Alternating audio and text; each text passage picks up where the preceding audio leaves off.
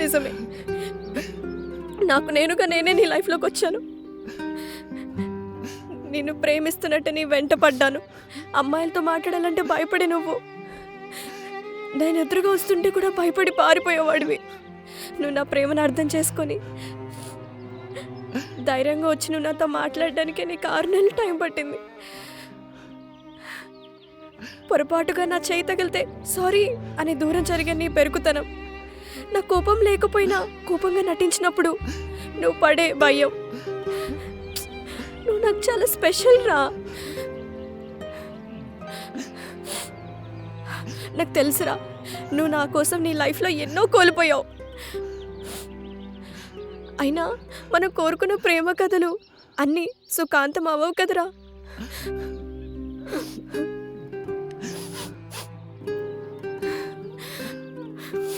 నన్ను అంతలా ప్రేమించిన నువ్వు ఇంతలా బాధపడుతుంటే నేను తట్టుకోలేను ప్రేమ్. నేను ఈ కండిషన్లో వదిలేసి నేను ప్రశాంతంగా సుఖంగా ఉండగలనా?